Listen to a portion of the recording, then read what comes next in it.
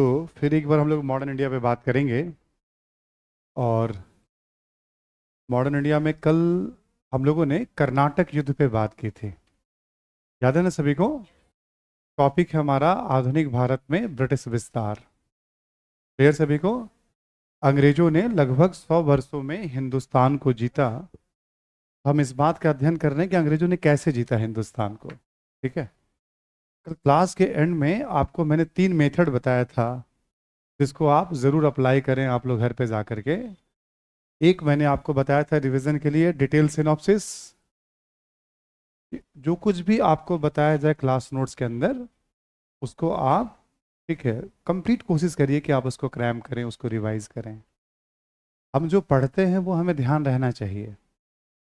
इस दिशा में हमेशा प्रयास करना है। केवल प्लेन रीडिंग करने से जब क्लास में है तो कोई आउटकम नहीं आना है। दूसरा हमने क्या बताया था आपको कि शॉर्ट सिनॉप्सिस भी बनाएंगे आप। ये बहुत इंपॉर्टेंट होता है डिटेल के बाद। जैसे हम कर्नाटक युद्ध पढ़ रहे हैं सपोज, हमने कहा था प्रथम युद्ध, और केवल आप उसके बारे में सोचिए जो भी एक दो पॉइंट्स भी जानते हो। ठीक है। ऐसे ही second war and third war, और इसका महत्व क्या था अंग्रेजों के पॉइंट ऑफ व्यू से। जब कुछ कुछ पॉइंट्स याद रहेंगे, कुछ भूलेंगे आप, है ना। तीसरा स्टेज मैंने ये बताया था कि जो जितना याद है उसको लिखने की कोशिश करिए आप। ठीक है। जितना आपको याद है उसको लिखिए आप। कितने लोगों ने कल राइटिंग शुरू की होगी? अच्छे नंबर्स हैं। ठीक है, वेरी गुड। कुछ याद आ रहा होगा, कुछ मिस कर रहे होंगे, ऐसा हो रहा था ना। बट हम जहाँ थे वहां से हम एक कदम आगे बढ़ना तो शुरू कर दिए ना हम। अब जहाँ थे वहाँ, क्योंकि आप खुद सोचिए कि सारा खेल मेंस का है। अभी राइटिंग के बारे में बहुत कुछ सीखेंगे आप, लेकिन पहली तो शर्त है कि हमें याद तो हो कि हम जो टॉपिक पढ़ रहे हैं, तभी तो हम कुछ लिखेंगे ना हम उस पर। एकदम से कभी कभी हो सकता है आप जबरदस्ती करना पड़े आपको याद रखने के लिए पूरा वाक्य रचना, तो करिए आप, शुरुआती दौर है। बट धीरे धीरे क्या होता है, हम पॉइंट्स को ध्यान में रखते हैं, याद रखते हैं, और पॉइंट्स को हम एक्सप्लेन, अपने समझ बन जाती है, हम अपने शब्दों में उसे एक्सप्लेन करना शुरू कर देते हैं। घर पे हमने कहा कोई एक बार नहीं, 2 बार 3 बार, ये बहुत ही जरूरी है पूरी तैयारी में आपके लिए। ठीक। यदि आप क्वालिफाई करेंगे तो उसका बहुत बड़ा रीजन होने वाला है मेंस। क्वालिफाई करेंगे तो पीटी भी पास करेंगे आप। अब आप, जो बच्चा मेंस लिख रहा है या जो बच्ची मेंस लिखने के लिए, राइटिंग के लिए अपने आप को तैयार कर रही है या कर रहा है, ऑब्वियस है उसके पास इतने सारे आइडियाज और इन्फॉर्मेशन याद हैं, तो ऑब्जेक्टिव में भी उसकी स्थिति ज़्यादा मजबूत होने वाली है। प्रारंभिक परीक्षा में भी वो ज़्यादा मजबूत रहेगा सेकेंड फेज। ठीक है। और कोई भी चीज़ अपने ऊपर लेबल मत लगा दीजिए, मुझसे ये होता है, ऐसे याद नहीं कर पाते हैं, ऐसे। आप, हम सब जानते हैं कि ज़्यादातर टॉप 100 में आप 25 30 40 बच्चे इंजीनियरिंग बैकग्राउंड के आते हैं, अच्छे इंस्टीट्यूट से आते हैं, लगभग सुना ही होगा सभी लोगों ने। उनका कोई हिस्ट्री बैकग्राउंड नहीं होता है, उनका जोग्राफी बैकग्राउंड नहीं होता है उनका। वो सब बच्चे भी कहीं ना कहीं पढ़ते हैं, और तब एग्ज़ाम में अच्छा करते हैं। तब वो एग्ज़ाम में अच्छा करते हैं, आप में से भी बहुत सारे लोग हो सकते हैं जो इंजीनियरिंग बैकग्राउंड के हों या किसी और मेडिकल बैकग्राउंड के हों। इसलिए अच्छा नहीं करते हैं कि बहुत अलग तरह से उनका ब्रेन चल रहा होता है। थोड़ा इसलिए भी वो करते हैं कि जब अब कोई बच्चा 2 3 साल की तैयारी कर रहा हो आईआईटी के लिए, मेडिकल के लिए, तो 2 3 साल तो पहले वो एफर्ट लगा चुका है। फिर जहाँ यदि किसी अच्छे इंस्टीट्यूट में चला गया तो वहाँ वैसे ही पढ़ना होता है, आप बहुत बंक तो कर नहीं सकते उसको आप। 3 साल आपने इधर पढ़ाई करी, फिर 4 साल आपने उधर पढ़ाई करी।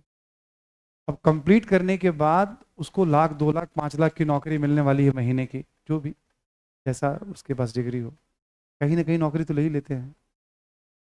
अब उसने नौकरी भी छोड़ दी अपनी, साल में मान लो उसे 8 लाख 10 लाख 12 लाख 15 लाख शुरुआती पैसे मिलते,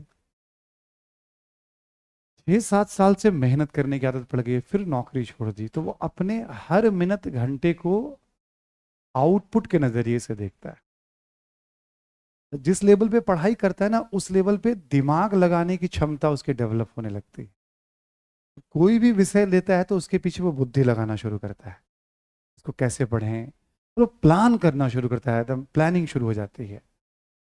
और उसमें वो लगा रहता है, कुछ आइडियाज़ वगैरह कहीं कहीं से जो उसको मिला, जो बेस्ट लगा कुछ अपने अनुभव से करके वो, तो मेन उनका समर्पण है। अब किसी को लग जाए कि 12 लाख रुपए का नुकसान हो रहा है और 1 साल में तैयारी कर रहे हैं, तो पता चला 1 साल को 2 साल में कन्वर्ट कर देता अपने मेहनत से।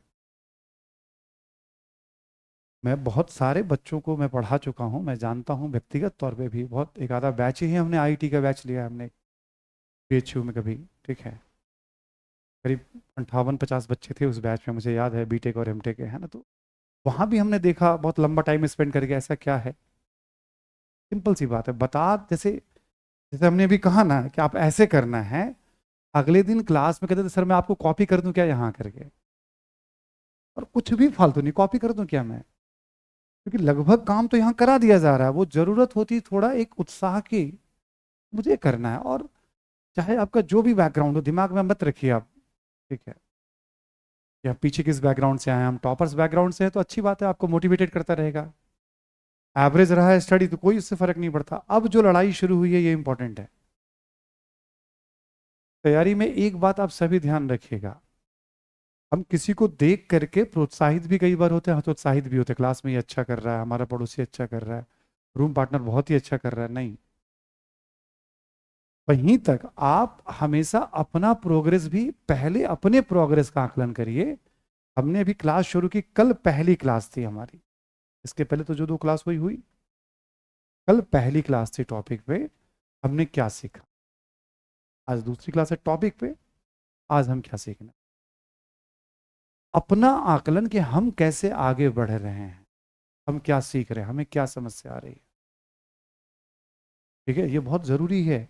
दूसरे को देख करके अपने आप को मत रखिएगा, ठीक है, क्योंकि हमने दूसरे एग्जाम्पल दिया था आपको, हर तरह के बच्चों को क्वालिफाई करते हुए हमने देखा है। आर्थिक रूप से जो बहुत संपन्न लोग हैं वैसे परिवार के बच्चे भी क्वालिफाई करते हैं, गरीब से गरीब बच्चे भी क्वालिफाई करते हैं जिनको कोई सपोर्ट देने वाला नहीं है। हर तरह का बैकग्राउंड देखा हमने। तो अभी 2 बात मैंने आपको क्या बताई, पहली बात मैंने आपको बताई, जो कल 3 सूत्री फॉर्मूला आपको बताया है क्लास के बाद,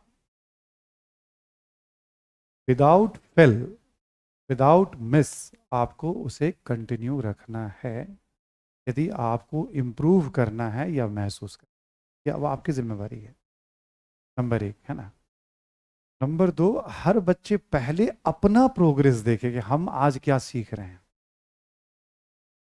सबका अलग अलग बैकग्राउंड है, कोई क्या कर रहा है नहीं कर रहा है, दूसरे से इन्फ्लुएंस नहीं हो, अपना प्रोग्रेस देखिए आप।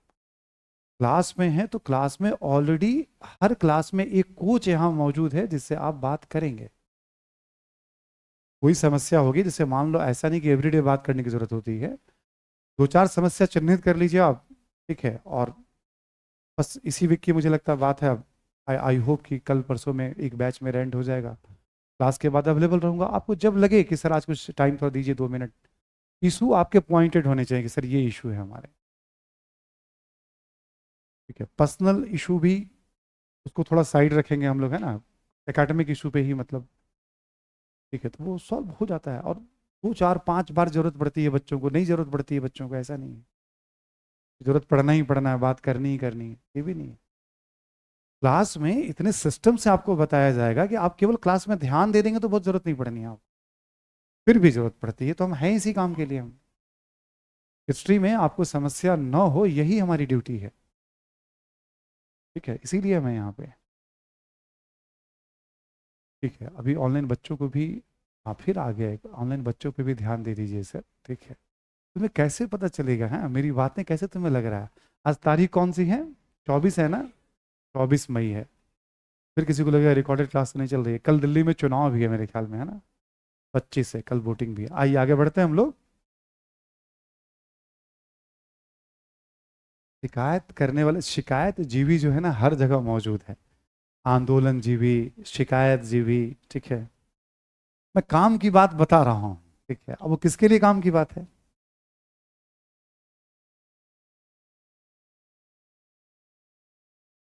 तो ऐसे बच्चे क्लास में होते तो ज़्यादा मज़ा आता है, ठीक है, बट ये ऑनलाइन रहते हैं। अब कल आपको ध्यान होगा,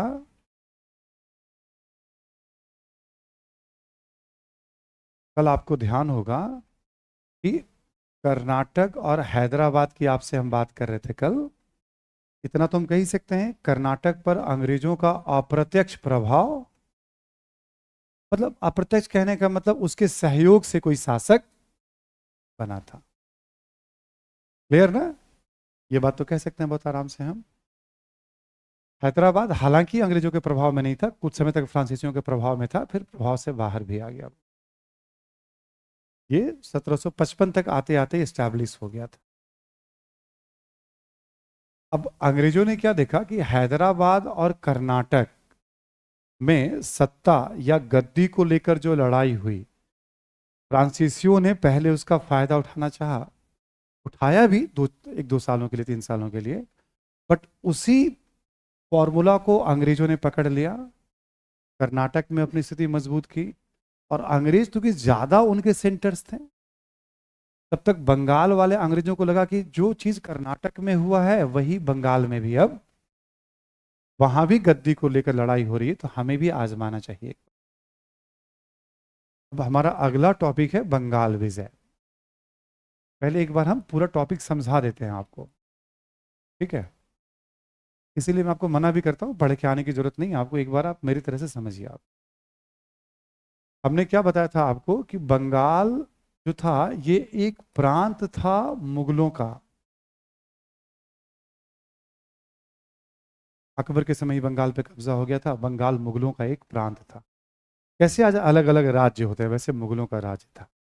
बट उस समय के बंगाल में आज का पश्चिम बंगाल, बांग्लादेश, उड़ीसा, बिहार, इंक्लूडिंग झारखंड, और आपको याद होगा तो हमने बताया था असम का भी कुछ भूभाग उसमें शामिल, यानी बहुत एक बड़ा भूभाग था बंगाल का, कोई छोटा नहीं था। बिहार का इलाका, बंगाल का इलाका खेती के पॉइंट ऑफ व्यू से बहुत उपजाऊ क्षेत्र है, कृषि वहां पे संपन्न अच्छी स्थिति में, समुद्रवर्ती इलाका है ये सब, तो यहाँ व्यापार भी खूब ठीक ठाक होता था। दक्षिण पूर्व एशिया से बर्मा है, वियतनाम है, मलेशिया है, इंडोनेशिया, श्रीलंका है, इन सबसे व्यापार भी खूब, खेती अच्छी, व्यापार अच्छा। और भारत चूंकि कपड़ा उद्योग के लिए जाना जाता था, तो कोई एक क्षेत्र नहीं, पूरे भारत में कपड़े का उत्पादन होता था। बंगाल में भी सूती कपड़े का तो काम था ही, रेशमी कपड़ों पर भी अच्छा काम था उद्योग के लिए। ऐसा माना जाता है कि 1750 के आसपास यदि कहा जाए तो बंगाल उस समय भारत के मुगलों के पॉइंट ऑफ व्यू सबसे समृद्ध राज्य में एक था। जो राज्य को इनकम होती थी, जो उत्पादन होता था, वहां के लोगों की जो स्थिति थी। क्लियर? मुगल काल में ना कोई भी प्रांत होता था ना मुगल काल में, तो प्रांत को सूबा कहा जाता था। लिखने की जरूरत नहीं है आपको, ये सब मेडाइवल इंडिया में आपको पढ़ा दूंगा, लिखा दूंगा। प्रांत को सूबा कहते थे, और जो प्रांत प्रमुख होते थे ना उनको सूबेदार कहते थे। जैसे आज गवर्नर होते हैं ना किसी प्रांत में, सीएम होते हैं और गवर्नर होते हैं, वैसे प्रांत प्रमुख को सूबेदार कहते थे। ये नंबर 1 अधिकारी हुआ करता था। नंबर 2 अधिकारी हुआ करता था दीवान। मुगलों के समय प्रांत में नंबर 1 अधिकारी होता था सूबेदार, यानी बॉस हो गया पूरे प्रांत का वो। नंबर 2 अधिकारी हो गया दीवान। बस सुनना है और दिमाग से इसको जाने देना है, भी बैठ रहा रह गया तो रह गया, क्योंकि ये सब हम पढ़ेंगे मेडिवल इंडिया में। क्योंकि जब आप कुछ पढ़ना शुरू करेंगे, ये सारे शब्द आपको टकराएंगे, आपके सामने आएंगे। ठीक?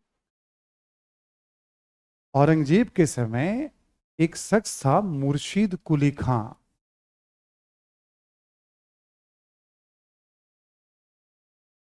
इसको पहले यहां दीवान बनाया गया था, वित्तीय मामलों का प्रमुख। ठीक है, इसको पहले यहां पे दीवान बनाया गया था।